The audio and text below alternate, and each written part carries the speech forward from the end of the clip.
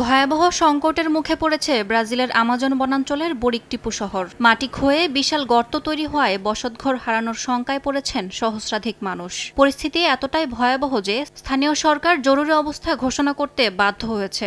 ভূপ্রকৃতি বিশেষজ্ঞের মতে বালুকাময় অঞ্চলে এমন বিপর্যয়ের মূল কারণ অতিবৃষ্টি, বন উজাড় আর দুর্বল অবকাঠামো নির্মাণ। সম্প্রতি ভারী বর্ষণের কারণে পরিস্থিতির আরও অবনতি হয়েছে। পাশাপাশি বন উজাড় করে অপরিকল্পিত নির্মাণ কাজও ভূমিধসের জন্য দায়ী। গত ৩০ বছর ধরে এই সমস্যা থাকলেও এবারের পরিস্থিতি সবচেয়ে ভয়াবহ। ব্রাজিলের এই শহরটিতে ৫৫,০০০ মানুষের বসবাস। ব্রিটিশ দৈনিক দ্য গার্ডিয়ানের প্রতিবেদনে বলা হয়েছে এর মধ্যে ১,২০০ বাসিন্দা তাদের বসতঘর হারানোর শঙ্কায় আছেন। গর্তের আকার বড় হতে হতে ক্রমেই আবাসিক এলাকার দিকে এগোচ্ছে। বিপদ আমাদের সামনে, কখন যে ঘরবাড়ি মাটির নিচে চলে যায় সে বিষয়ে আমরা কিছুই বলতে পারছি না।